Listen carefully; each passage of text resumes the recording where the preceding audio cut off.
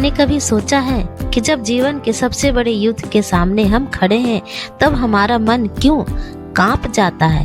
भगवत गीता का पहला अध्याय कोई उपदेश नहीं है, कोई श्लोकों की वर्षा नहीं है, यह एक योद्धा के टूटते हुए मन की कथा है। जब जीवन में निर्णय कठिन हो जाए तब गीता का पहला अध्याय हमें याद दिलाता है कि टूटना गलत नहीं, लेकिन वहीं रुक जाना अधर्म है। अर्जुन अकेला नहीं था, आज हम भी अर्जुन हैं। जब सही और गलत के बीच खड़े होकर हमारा साहस डगमगा जाता है। भगवत गीता का प्रथम अध्याय अर्जुन विषाद योग हमें यह सिखाता है कि ज्ञान की शुरुआत उपदेश से नहीं बल्कि विषाद से होती है। इस अध्याय में भगवान श्री कृष्ण कुछ भी नहीं कहते, क्योंकि पहले उन्हें अर्जुन के मन की पीड़ा सुननी थी। यही इस अध्याय का सबसे बड़ा संदेश है। प्रथम अध्याय का महात्म्य। एक समय पार्वती जी ने पूछा कि हे महादेव जी, किस ज्ञान के बल से आपको संसार के लोग शिव मानकर पूजते हैं? मृग छाला ओढ़े, अंगों में शमशान की विभूति लगाए, गले में सर्प और मुंडों की माला पहने रहते हैं। इनमें तो कोई पवित्र नहीं, फिर आप किस ज्ञान से पवित्र हो? वह आप कृपा कर कहिए। श्री महादेव जी बोले, हे प्रिय सुनो, गीता के ज्ञान को हृदय में धारण करके मैं पवित्र हूँ और उस ज्ञान से मुझे बाहर के कर्म नहीं व्यापते।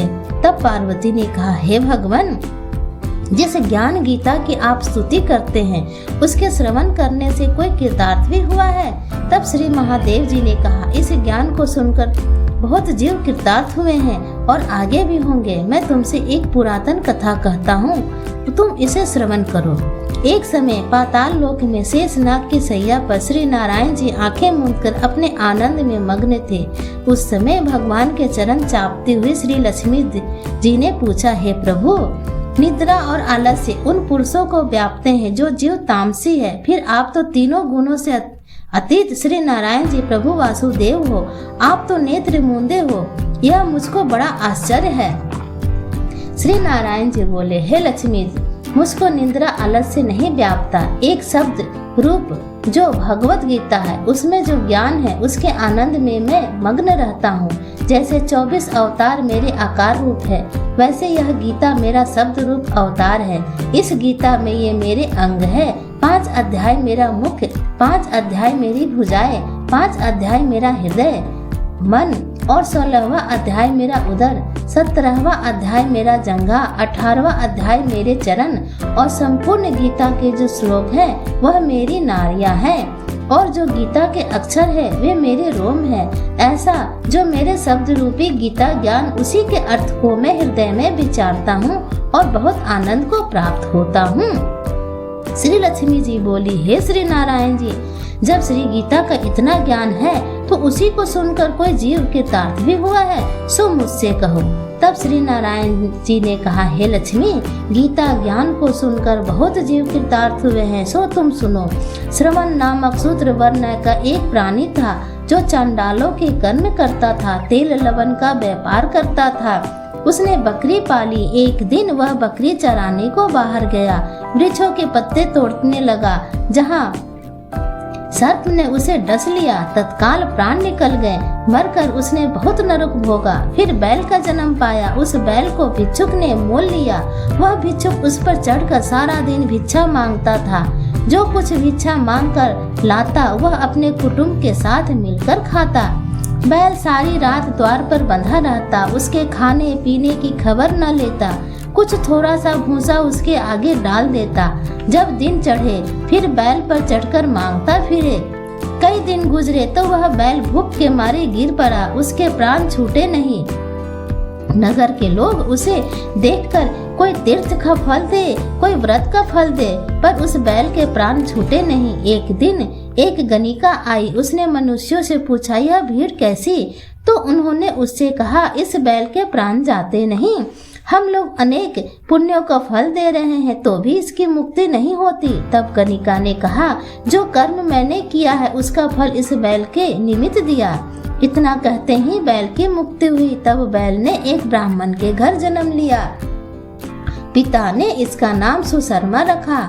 जब वह बड़ा हुआ, पिता ने उसको विद्या में दक्ष किया, तब भी उसको पिछले जन्म की सुध रही। यह अति सुंदर हुआ। उसने एक दिन मन में विचार किया कि जिस गणिका का ने मुझको बैल की योनि से छुड़ाया, उसका दर्शन करूं। विप्र चलता चलता गणिका के घर गया और कहा, तू मुझे पहचानती है? गणिका ने कहा, मैं नहीं पहचानती, तू कौन है?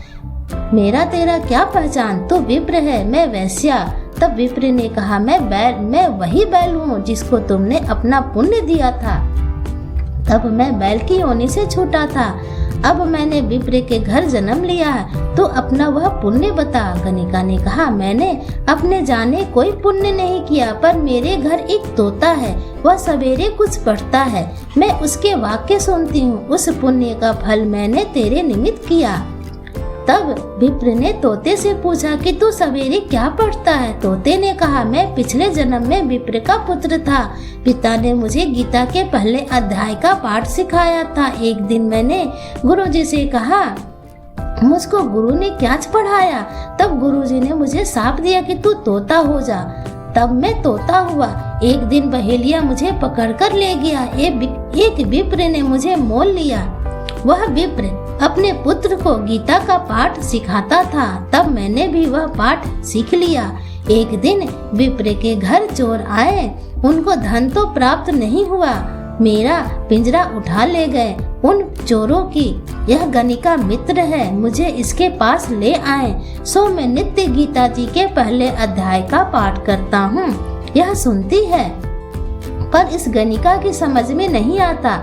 जो मैं पढ़ता हूँ वही पुण्य तेरे निमित्त दिया था। सो श्री गीता जी के पहले अध्याय का पाठ का फल है।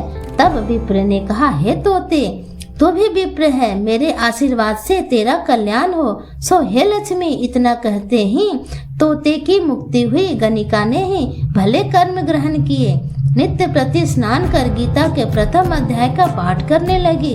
इससे उसकी भी मुक्ति हुई। श्री नारायण ने कहा, हे लक्ष्मी, जो कोई अर्थ न जानकर भी गीता का पाठ करे या श्रवण करे, उसको भी मुक्ति मिलेगी। इस प्रकार गीता के पहले अध्याय का महात्म्य समाप्त हुआ। राधे राधे।